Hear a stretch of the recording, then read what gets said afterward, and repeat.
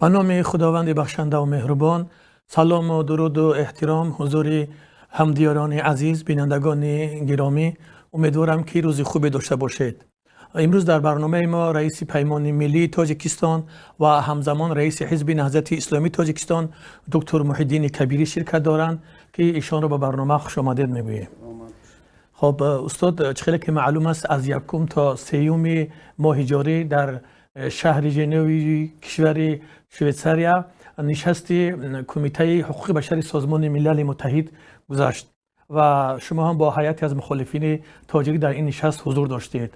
راجع با این نشست، از تفصیلات این نشست مفصل یگان چیز برای بینندگان ما ارائه فرمودید. به نام خداوند بخشنده و مهربان.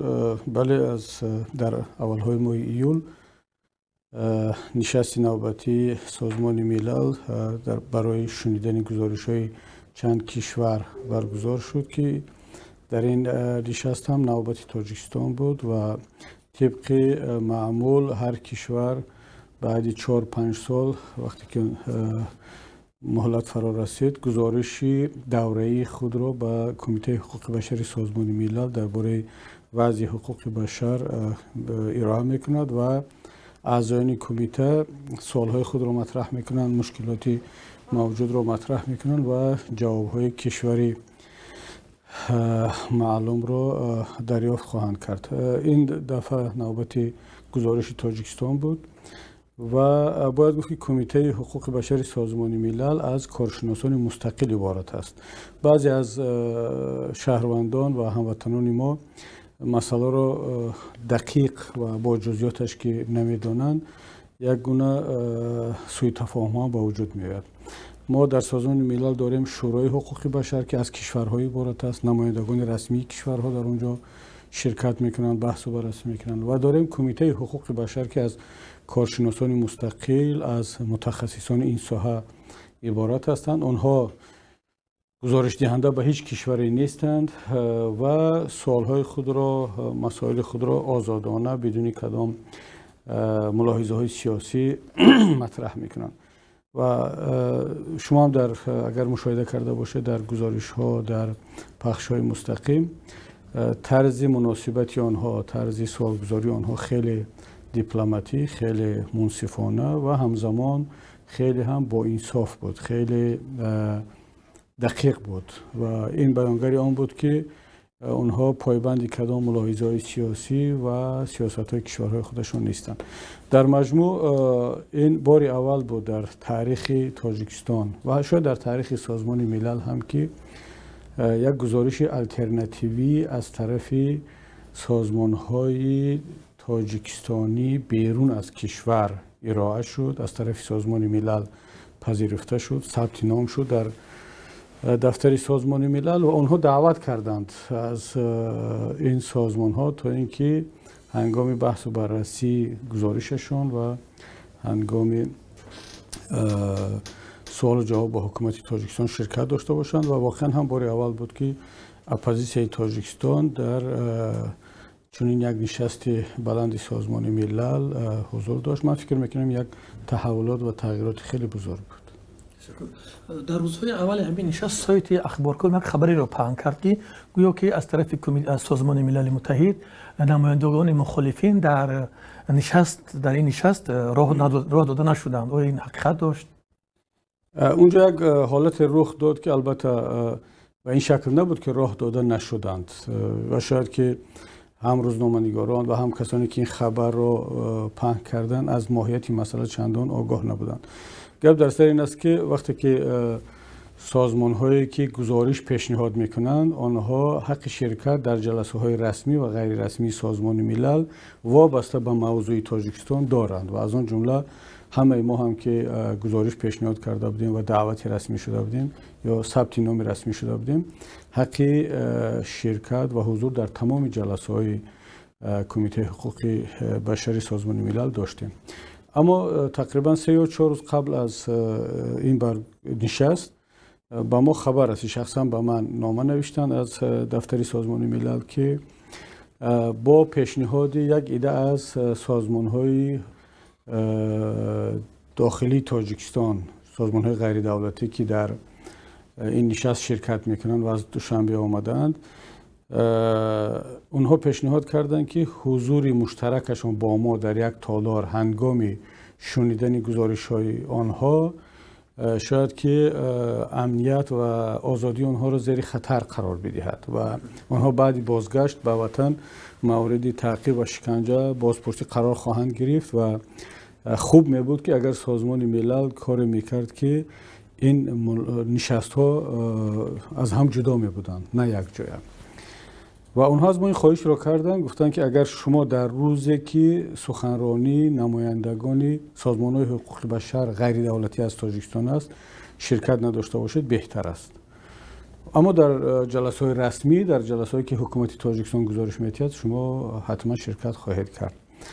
و در ما هم به خاطر آنکه این هموطنانمون که از تاجیکستان آمدن زیر خطر قرار نگیرند، زیر تعقیب نباشند، ولی من راضی شدم، گفتم بله چرا چنین نکنیم. حالا که در اون نشسته که ما شرکت میکردیم اگر با سازمان‌های غیر دولتی تاجیکستان همگی نماینده ما 4 دقیقه وقتی گفتگو داشت، نه بیشتر از این، و تنها ما میشنیدیم که بالاخره اونها رو هم شنیدیم از رسانه‌ها از جای دیگر.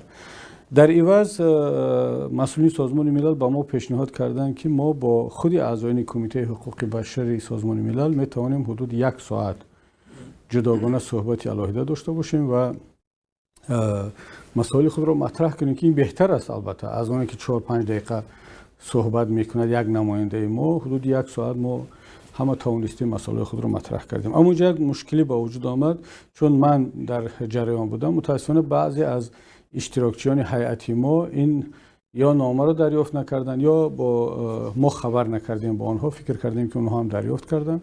اونا مستقیما رفتن برای شرکت در اون جلسه‌ای که سازمان‌های غیر دولتی از تاجیکستان آمدن شرکت داشتن و بعداً کارمندان سازمان ملل آمدن خیلی با آدابانه، با محترمانه با آنها فهماندن که ما نامه نوشته بودیم و اگر شما شرکت نمی‌کردید برای این هموطنان شما بهتر می‌بود تا اینکه اینها آزادانه توانن حرف خود را بزنن.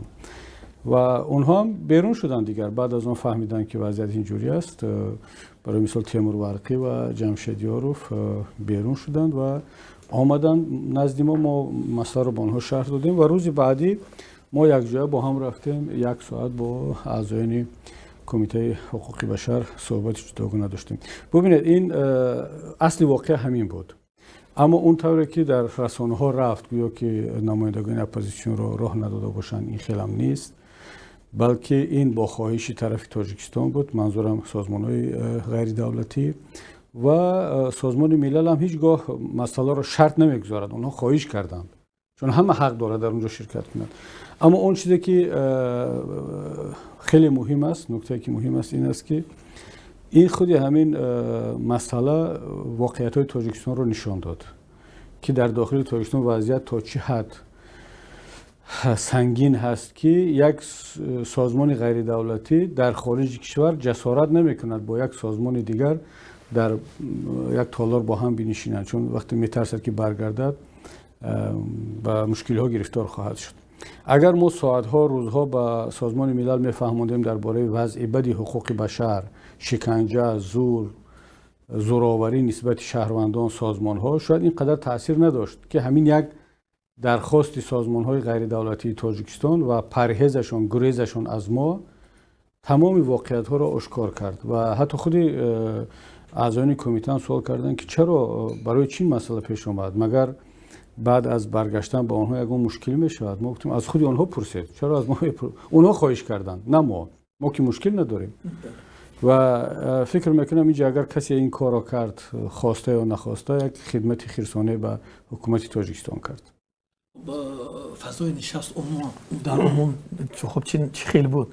شما در مقابل هیئت حکومتی بخصوص شخص شما در مقابل دادستان کلی تاجیکستان یوسف رحمان نشسته بودید، شخصی که حزب شما را حزب تروریستی اکستریمیتی اعلان کرد و نفران زیاد را اعضایان ریاست عالی را روانه زندان کرد، برخی را به یک عمر را زندانی و برخی را به سالهای طولانی زندانی کرد. عموما در عموم وقتی شما در مقابل یوسف رحمان دادستان کل نشسته بودید، شخصی که خب حتی مال و دارایی شخصی شما را دیگر دولتی کرد چخیل بودن مثل که یک میش در مقابل یک گرگ مینشد چه جوری بود چخیل احساس میکردید؟ برای ما شخصا برای من طبیعی بود خیلی یک حالت شخصی خودی یوسف رحمان چه جوری بود؟ و حالا اگر فرصت شود و ژورنالیست ها از ایشان پرسند که خودش را چگونه حس میکرد. وضعیت طوری بود که ما در بینای سازمان ملل داشتیم و قرار داشتیم واقعا وقتی که این خیلی جالب است خیلی یک حالت نادر هم هست که کسی که عادت کرده است همه شهروندان رو متهم به جنایتکاری کند و همیشه در چهره شهروندان دیگر جنایتکار رو ببیند، همیشه او عادت کرده است که سوال بدهد، بازجویی کند، بازپرسی کند، تهمت کند، مصادره کند، زندانی کند. امروز خودش در کرسی نشسته است که متهم است و باید به سوالها همچون یک متهم جواب گوید.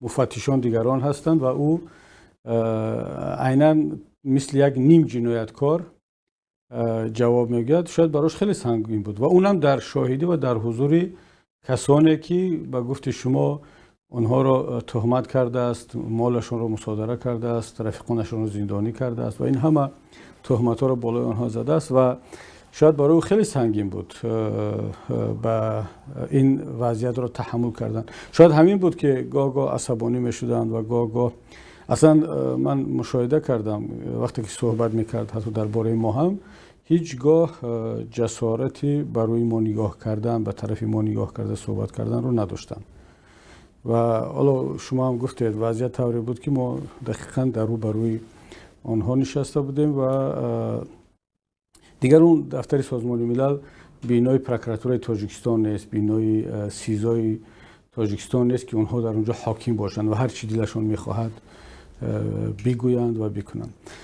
و اما یک چیزی که هم مشاهده کردیم هم ناظران و هم اعضای کمیته حقوق بشر این بود که در دروغ گفتن خیلی بی‌رو خیلی بی‌پرده دروغ میگفتند و دیده و دانستم از فکت هایی را که همه میدونند، هم سازمان ملل میدوند، جامعه میدوند، مردم میدونند. اونها طرز صحبت میکنن که گویا که مردم گل و گرنگ باشن و هیچ را نخوندن نشنیدن و این در دروغ گفتن بی ایبا، بی پرده، بی شرم خیلی دروغ میگن. برای مثال وقتی که نماینده سازمان ملل سوال داد که چرا شما خویش و تبار مخالفین را اذیت میکنید و مانع سفر میشوید، پروکورور گنرالی با کمال پررویی جواب داد که در تاجیکستان هیچگاه به خویش و تبار مخالفین فشار نشده است و هیچگاه آنها را از سفر به خارج ممنوع نکردند.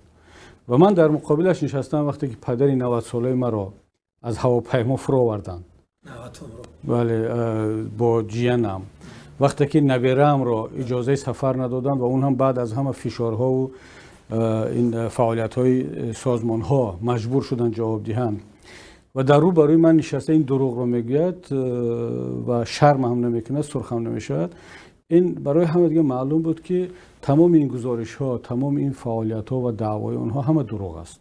اتفاقا وقتی که همون نماینده ژاپن این سوال را داده بود درباره نبیره من حمزه و پروکورور گنرالی با پررویی گفت که این خیلی نشده است، این خیلی نبود و من رفتم بعد تنفس نزد همون ژاپنی و خود را معرفی کردم، گفتم که بابای همون طفل 4 ساله من هستم. خیلی تعجب کرد.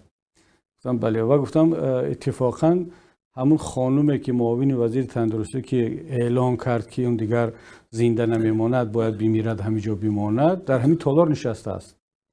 یعنی هم بابای همون طفل و هم کسی که اجازه سفر را نداد در دفتر سازمان ملل در مقابل هم نشسته بودیم و نمایندگان سازمان ملل این را میدیدن. یعنی وضعیت طوری نبود که هیئت تاجیکستان فکر کند که تمام این دروغ‌های آنها آشکار نشد و آنها مثل همیشه میگن که رفتیم با سری بلند برآمد کردیم و سازمان‌ها را متقاعد کردیم و برگشتیم.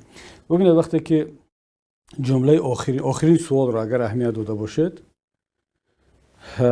خیلی سوال رمزی بود. من حتی این سوال را میتونم بگم جنبستی نشستی 2 روزه سازمان ملل درباره تاجیکستان بود. اون نفر آخرین سوال این را داد که شما به ما بگویید که بعد از بازگشت به تاجیکستان خش و تبار کسانی که در این تالار حضور داشتند مورد تعقیب و فشار قرار میگیرند یا نه؟ شما کفالت این رو میدهید یا نه؟ که همین سوال باعث خشم و غضب هیئت تاجیکستان گشت و حتی اون نفر قبل از سوال گفت که بار اول است در تاریخ سازمان ملل وقتی که ما وارد تالار میشدیم در درآمدگاه محافظین ایستادند و پرسیدیم که چرا این دفعه محافظ ایستاده است، پلیس ایستاده است، مثل همیشه نبود. اونها جواب دادند که دستور شد از مقامات بالای سازمان ملل که در اینجا باشیم تا اینکه هیئت حکومت تاجیکستان اجازتی فشار و اپوزیسیون نداشته باشد و امکان عکس برداری نداشته باشد تا اینکه بعداً خش تباری آنها رو در کشور اذیت نکنند. یعنی تمام بدنه سازمان ملل، رهبریتش، حتی پلیس ها میدونند که در این تالار یک هیئتی نشسته است که تجربه ظلم دارد، تجربه فشار دارد و میتوانند مخالفین خود را مورد تعقیب و فشار قرار دهند. 2 روز اینها گزارش دادند که ما در تاجیکستان حقوق بشر رعایت می شود، زندان ها همه آرام هست، حقوق شهروندان تامین است، حقوق زندانیان تامین است، با اپوزیسیون هیچ کس فشار نمیارد. اما وقتی که سوال آخر این می شود که شما کفالت می دهید که بعد برگشتنتان هیچ فشار بالای مخالفین نمیشد، معنی آن را دارد که با اینها گفتن شما 2 روز دروغ گفتید و ما به این حرفای شما باور نداریم، شما کفالت بدهید که بعد بازگشت این حادثه نخواهد شد. من فکر میکنم که بار اول شاید در تاریخ سازمان ملل و تاریخ تاجیکستان دروغ حکومتداران به این شکل فاش گشت و آنها مجبور شدند در حضور جامعه جهانی و در حضور مخالفین خود به سوالها همچون متهم جواب بگویند. باز سوالاتی از جانب کمیته حقوق بشر سازمان ملل متحد از عبارت بود سوالها و آیا هیئت حکومت تاجیکستان جوابشان قانع کننده بود بخصوص پروکورور کل دادستان کل کشور یوسف رحمان؟ سوالها خیلی زیاد بودند. اگر شما دیده باشد از حقوق‌های زندانی‌ها شروع کرده تا حقوق‌های اقلیت‌های ملی، حقوق‌های مردم و مثلا حتی درباره اقلیت‌های جنسی، اقلیت‌های ملی و تمام پهلوهای تاجیکستان رو آنها تحقیق کردن، آموخته بودن و این سوالها رو دادن. از آن جمله خیلی تمرکز بالای حقوق زندانی‌های سیاسی شد و طلب کردن بار دیگر که باید زندانی‌های سیاسی مثل بزرگ مهریار، زید سعید و محمد علی حید و دیگرانی که با تهمت زندانی شدن باید آزاد کرده شوند. سازمان ملل متحد مهلت داده بود. بله مهلت داده بود و طلب کردن که سوال کردن که چرا پرونده آنها پس درهای پوشیده بحث و بررسی شد و اینا همه بیانگر آن هستند که این محققین سازمان ملل درباره تاجیکستان معلومات کافی را پیدا کردند. بخصوص روز دوم اگر شما ببینید بخصوص روز دوم سوال‌ها کمی مشخص‌تر شد. چرا؟ برای آنکه روز قبلی ما با اعضای کمیته صحبت داشتیم، ملاقات داشتیم و خود همین رفتار مقامات دولتی وادار کرد که اعضای کمیته یک کمی فعالتر باشن و سوال‌ها رو مشخص بدن. البته جواب‌ها خیلی جواب‌های قالبی بود و آنها مثل که قانون‌های جمهوری تاجیکستان رو از نو می‌خوندن و با یک گزارش‌های مثلا نیم ساعته فقط درباره چگونه وضعیت اصلاحات زندانی هست در تاجیکستان که چقدر وضعیت خوب شده است، اما به خبر از آن که دقیقاً بعد چند روز باز 14 نفر دیگر به شهادت میرسند در همون زندان از گویا که به سبب زهرآلوده شدن از نان. حالا به هر دلیلی هم که باشد، یعنی این بیانگر آن است که البته این خبر که به سازمان ملل میرسد که باز 14 زندانی بعد از گزارش تاجیکستان باز کشته شد و آنها سوال میدن این همه گزارش‌هایی که داده شد از طرف هیئت تاجیکستان که در ما اصلاحات گذرانده شد و زندان‌ها وضعیتش بهتر شد و وضع زندان‌ها بود و باش و نگهداری زندانی‌ها بهتر شد، چگونه پس این مردم دارد هر روز 10 نفر و 20 نفر و 30 نفر در زندان‌ها کشته میشن؟ جواب‌ها تا حد قناعت کننده نبودند که حتی رئیس کننده جلسه آشکار گفت که ما با همه سوال‌های خود جواب قناعت بخش گرفتن نتوانستیم و 48 ساعت دیگر طرف تاجیکستان فرصت دارد که به این سوال‌ها جواب‌های قناعت بخش بدهد تا اینکه این گزارش پرراتر شود. در عموم نه تنها سازمان ملل فکر میکنم همه کسانی که این گزارش‌ها را در پخش مستقیم دیدن احساس کردند که جواب‌ها قناعت بخش نبودند و از قبل یک جواب‌های قالبی آماده شده بود که طبیعی است که برای کارشناسان ورزیده این جواب‌ها نمیتونست قناعت بخش باشد. چقدر که شما هم در اینجا ذکر کردید، یکی از اعضایان کمیته حقوق بشر هم ذکر کردن که قبل از اون که وارد تالار شوند در بیرون گفتن که ما حس کردیم که خب نمایندگان امنیتی یا که پلیس حضورشان زیاد بود و این غیر عادی بود برای آمریکا. حتی در تاریخ این نشست‌های سازمان ملل چنین حضور زیادی پلیس مشاهده نمیشد و اون کس هم گفتن که وقتی که سوال کردیم چرا اینقدر زیاد هم نمایندگان پلیس و امنیتی، اون کس گفتن که خود نمایندگان حکومت طلب کردن که نباید که نمایندگان اپوزیسیون از ما عکس برداری کنند، چون که در تاجیکستان برای ما مشکلات ایجاد میشد از طرف حکومت. چه اندازه این حقیقت داشت؟ اونجا در اسنا من جای خوندم که گویا که مسئله این بود است که نمایندگان اپوزیسیون عکس برداری نکنند، اما من که در اون تالار حضور داشتم خود اون نفری که این سوال رو مطرح کرد به زبان انگلیسی خیلی واضح روشن گفت که سبب اصلی حضور این مقدار پلیس در اطراف بینای سازمان ملل در داخل تالار این است که طرف حکومت بالای اپوزیسیون فشار نیارد، عکس برداری نکند تا اینکه بعداً از آن در داخل کشور سوء استفاده نشود. و این بیانگر آن است که واقعا اونها معلومات رو دارند. بالاخره ما اگر سال قبل در ورشو هم در کنفرانس OBSE یکی از نمایندگان هیئت تاجیکستان بالای یکی از فعالان سیاسی هجوم کرد و نه تنها یک چند نفر را مورد علت کوب قرار دادند که بعداً حتی پلیسی ورشو تحقیقات را باز کرد و تنها به خاطر آنکه اینجا تاجیک ها بودند و قضیه بین تاجیکان بین المللی نشود ما از این خواهش کردیم از برخی از فعالان سیاسی که مسئله را زیاد داغ نکنند و ولی این خبرها طبیعی است که با تمام دیپلمات ها پهن می شود و هیئت های دیپلماتی تاجیکستان در کارنامه خود این دغلی و بدرفتاری را نسبت مخالفین دارند و همین بود که سازمان ملل هم اینها را به نظر گرفته یک کمی از احتیاط کار گرفت و خود این دلیل ها نشان میدهد که اگر یک حکومت در خارج کشور نسبت اپوزیسیون خود این مقدار بدرفتاری کند در داخل چیکار میکند؟ طبیعی است که در داخل کشتار است و زندانی است و حالتهای بدی دیگر. بنابراین این مسئله که شما ذکر کردید تاریخش این است که اونها به خاطر حمایت مخالفین و خیش تباری آنها اجازت ندادند که در داخل تالار عکس برداری شود. چرا که از همین نشست 126مین کمیته حقوق بشر سازمان ملل متحد یک هفته هم نگذشته این اتفاقی بعد که در کشور رخ داد سببش رو در چی ببینید که در نتیجه انتقال محبوسان از ولایت سوق به شهر دوشنبه گویا که 14 نفر با طریق زهرآلود مسموم شوی قربان شدن از زندانیان.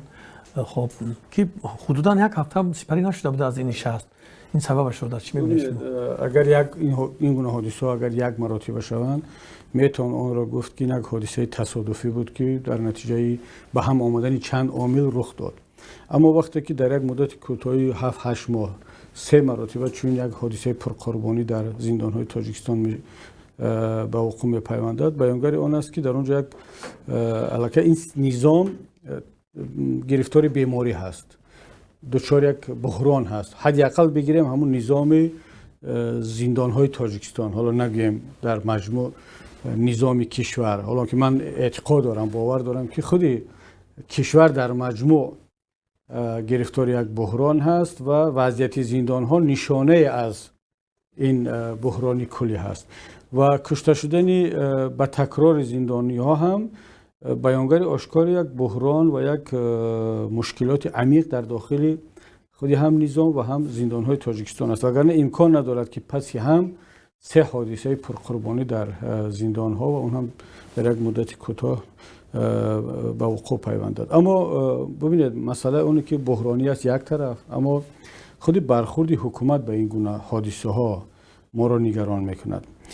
اصلا به همه معلوم است برخورد بزرگ با کارشناسان با کسانی که حتی کارشناس نیستند معلوم است که امکان ندارد که از نان 14 نفر زهرآلود شوند و کشته شوند، اونم از 3 بخانکه خلیب. حالا بالفرض اگر در داخل اون نان کسی زهر ماند یا به هر شکل دیگر، بالاخره نظام خیلی پرقدرتی نظارتی داره از زندان ها. پس در اونجا هم فساد هست، هم کروپسی هست، پول شویی هست در اونجا. پس امکان داره که در داخل نان هر کس سلاح وارد کند. مادامی که توانست زهر ماند و اون نان زهرآلود رو به زندانی ها بدهد، پس چگونه اون نمیتونه در داخل همون نان برای مثال بمب وارد کند یا یک مواد ترکنده وارد کند یا سلاح وارد کند یا هر چیز دیگر. یعنی معلوم شد که یا حکومتداران اگر واقعا هم این ورسیه آنها راست باشد که از نان زهرآلود آنها کشته شدند، پس تا اون حد این نظام فساد زده هست و ناکارآمد هست که دیگر در اونجا هر چیز کردنش ممکن است با پول، با خش و تباشی. اما شخصا من باور ندارم که اون از نان زهرآلود بود. چگونه از نان زهرآلود می شده است؟ تو در چهره زندانیان شهید شده نشانه ضرب لط هست. خب دیگه عکساکو بله نشر شد و این معلوم است که شکنجه شدن.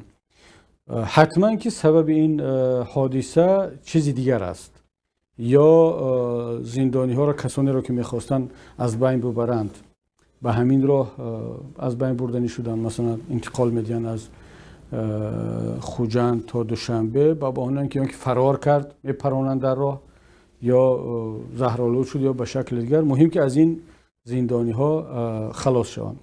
یا اینکه در وقت انتقال زندانی ها اونقدر شرایط بد بود و بد هست که دیگر نتوانستند تحمل کنند و اعتراض کردند، یگان طلب کردند که به آنها نفس داده شود، هوای تازه داده شود و آنها مورد شکنجه قرار گرفتند و به شهادت رسیدند.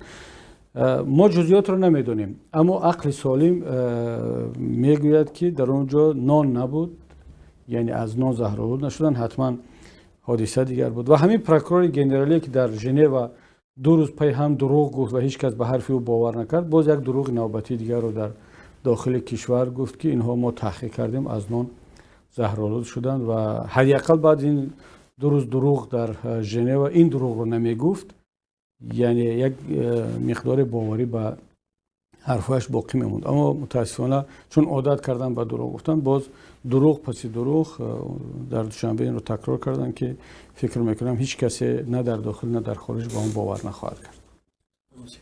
خب آیا از دید و نظر شما این نشست‌های سازمان‌های حقوق بشر و این هشدار دادی‌هایی که سازمان‌های ملل به سازمان‌های حقوق بشر به حکومت تاجیکستان می‌دهند، به رژیم تاجیکستان در نتیجه این شکنجه و ظلم که نسبت مردم میکنند، آیا در بالاخره روز میشود که یگان نتیجه خوب بدهد یا که یگان حکومت تاجیکستان از طرف کشورها و سازمان‌ها مورد تحریم قرار بگیرد؟ یگان خلاصه برداری هست؟ ببینید بعضی از هموطنان ما انتظاریشون از این نشست‌ها خیلی بالا هست و یک گروه دیگر برعکس اصلا هیچ باوری ندارند که این نشست‌ها تاثیر داشته باشد. همیشه میگن که این بی‌فایده است.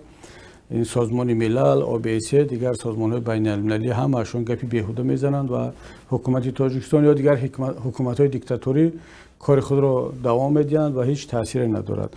من نظرم این است که نه، انتظاری بالای بعضی از هموطنان واقعیت دارد که آنها فکر میکنند که اگر سازمان ملل یا هر سازمان دیگر قرار قبول کرد فردا مسئله حل خواهد شد. نه، این طور نیست و نه با اون حد ما باید ناامید باشیم مثل بعضی ها که اینا هیچ تأثیری ندارن.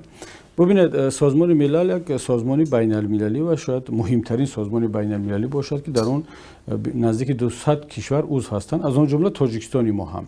یعنی طرفی سوبیکت اصلی سازمان ملل حکومت تاجیکستان هست و حکومت نمایندگی میکنه و هیچ سازمانی یا نهاد زیرتابه سازمان ملل حق ندارد که بالای یک کشوری عضو از آن جمله تاجیکستان هم خواسته خود را تحمیل کند و فشار بیارد، مجبور کند، مگر اینکه این قرار در شورای امنیتی سازمان ملل به توافق رسیده باشد که در آنجا میدونید 5 عضو دائمی هست و 10 عضو عوض شونده در شورای امنیت. اگر در اونجا هر حجت به تصویب رسید، دیگر اجرا کردن آن حتمی می شود. اما دیگر قرارهایی که در کمیته ها قبول میشن اینها بیشتر خاراکتری توصیوی دارن و حکومت ها میتونن اونها را اجرایششون رو به تاخیر اندازن یا ملاحظه‌های خود رو بگن. اما یک مسئله هست که خیلی برای ما مهم است. وقتی که برای مثال پرونده زندانی های تاجیکستان مثل زاید سعیدوف، بزرگمهر و محمد علی حید، حالا 2 مراتبه شد که سازمان ملل هشدار می‌دهد که این قرارها را باید که اجرا کند، آنها بلافاصله آزاد شوند، با آنها حکومت تاجیکستان جبران پرداخت کند برای عملهای غیر قانونی. ولی حکومت تاجیکستان میگوید من یک دولت مستقل هستم و اطاعت از قرارهای بین المللی نمی کند. اگرچه مکانیزمی مستقیما جزا دادن تاجیکستان در این مسئله وجود ندارد، اما بالاخره جامعه جهانی می‌بیند که حکومت تاجیکستان یک حکومت است که براش معیارهای بین المللی، حقوق بشر، آزادی‌ها هیچ اهمیت ندارد. با اصطلاح دیگر یک حکومت مافیایی، یک حکومت فسادزده دوست، مثل یک گروه بندیتا، هر چی که دلش میخواد همون خیر رفتار میکند. مثلا شما هر چقدر بگید که اینجا ظلم شده است، اینجا حقوق انسان پامال شد، براش اهمیت ندارد. و حکومت تاجیکستان همه ساله از سازمان ها، از بانک های جهانی گرانت میگیرد، پول میگیرد، یا قرض یا کمک به بازگشت. و چون بالاخره جامعه جهانی میخواد به حکومت تاجیکستان کمک کند تا اینکه حکومت بتواند مشکلات اقتصادی خود را حل کند. اما وقتی که میبیند این حکومتی هست که به هیچ قرار سازمان ملل، سازمان های دیگر احترام قائل نیست، برعکس روز به روز دارد فشار بالای مردمش زیاد میکند، اونها خودداری میکنند از دادن این گونه کمک ها، همکاری ها، و این وابسته است دیگر با ما و شما. ببینید ما تا امروز هیچ نامه اعتراضی، هیچ گزارش به بانک جهانی، به بانک اروپایی، به دیگر بانک ها نفرستادیم درباره آنکه این مبلغ های را که به اختیار حکومت تاجیکستان میگذارد اینها در نتیجه تبدیل میشوند یا میرن به جیب حکومتداران یا تبدیل میشن به همون کلتک بالای سر ملت. این مسئله اگر گذاشته شوند حتما تاثیر دارد و این آغاز کار هست. من چرا میگم آغاز کار است؟ چون ببین اگر تا امروز اپوزیسیون تاجیک، سازمان های تاجیکی هر چقدر درباره آنکه وضعیت در داخل کشور بد هست، حقوق بشر پامال می شود، هیچ گونه اپوزیسیون وجود ندارد و یک حکومت خانوادگی دارد تمام سرمایه ملت را به تاراج میبرد، شاید حکومت های دیگر، سازمان ها میگفتن که خب اینا چون اپوزیسیون هستن، هر می اپوزیسیون وظیفش تنقید کردن حکومت است، پس اینا هم تنقید میکنن و شاید اساس نداشته باشند. اما وقتی که قرار سازمان ملل رعایت نمی شود، وقتی که سازمان های با نفوذ بین المللی مثل هیومن رایتس واچ، مثل کمیته هلسینکی و ده ها سازمان های دیگر که گزارش پیشنهاد میکنند و دقیقاً همون حرفی رو میگویند که ما میگوییم، پس این بانک ها، سازمان ها به این نتیجه میرسند که نه، اون حرفی که اپوزیسیون میگوید پس حرفی تنها یک تنقید خالی نبوده است، این اساس داشته است. اساسش هم این قرار سازمان ملل، این درخواست ها و گزارش های سازمان های بین المللی، این در دراز مدت تاثیر دارد. شما ببینید رحمانوف چند سال شد به اروپا سفر رسمی نمیکند. مثلا آخران سفر رسمیش شاید کم سفر چخیا باشد یا شاید که بیاد با امریکا، با اروپا برای شرکت در کنفرانس ها، ولی سفر رسمی که از یک کشور اروپایی محترم دعوت کند از رحمانوف دیگر ما نداریم. چرا؟ برای آنکه آنها دیده ایستادند و این کشورها میفهمند که اگر دعوت کنند مورد تنقید و اعتراضی سازمان‌های حقوق بشر خواهند شد. من حالا این را سوال که شد یک نکته را کمی اشاره کنم. مثلا اخیراً حرفا بود که رحمان به فرانسه سفر میکند. دیپلمات‌های فرانسوی از ما سوال کردند که خب چنین در عموم هست، تاریخش مشخص نیست ولی همین سر و صدا هست، ببینیم چی میشود و نظر خواستن. گفتم اصولا ما مخالف هستیم، اصولا اپوزیسیون تاجیک مخالف هستیم که یک کشور دموکراتی و متمدن از یک دیکتاتور دعوت کند. اما ما این مخالفت خود را به طور قطعی بیان نمیکنیم. بگذار بیایند به شرطی که شما هم بفهمانید که ادامه این وضعیت هم بر ضرر خودی همین خانواده هست، هم بر ضرر ملت هست، هم بر ضرر اروپا است.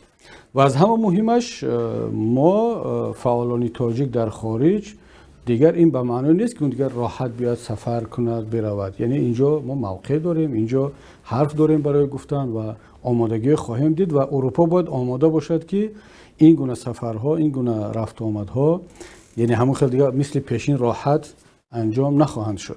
حالا دیگر نمیخوام جزئیات بیشتر در این باره بگم که چی هست و چی نیست. این فقط برای آنکه حتی کشورهای اروپایی دیگر وقتی که میخواهند دعوت کنند آنها پیش و پیش نظر میپرسن که اگر چنین سفری انجام شد واکنش شما چگونه خواهد بود، آیا دعوت کنیم نکنیم. پس معلوم میشد که اینا تاثیر داشته است، برخلاف نظر بعضی از هموطنان که میگن که اینا هیچ تأثیری ندارد، ناامید گشتن. ما که در داخل این منطقه هستیم و همه روزه با سازمان‌های بین‌المللی رفت آمد داریم میشینیم، احساس میکنیم که این گزارش‌ها، این نشست‌های بین‌المللی تاثیر دارند و حکومت تاجیکستان هم بخصوص خود رحمان و خانواده‌اش روز به روز در آینده بیشتر این تاثیرها رو احساس خواهند کرد. تشکر از شما. سلامت باشید. دعوت ما رو پذیرفتید. بینندگان عزیز، همدیاران محترم، در اینجا برنامه ما به پایان میرسد. یادآور میشویم که امروز در برنامه ما رئیس پیمان ملی تاجیکستان و همزمان رئیس حزب نهضت اسلامی تاجیکستان دکتر محیدین کبیری شرکت داشتند. تا برنامه‌های آینده شما را به خدا میسپاریم.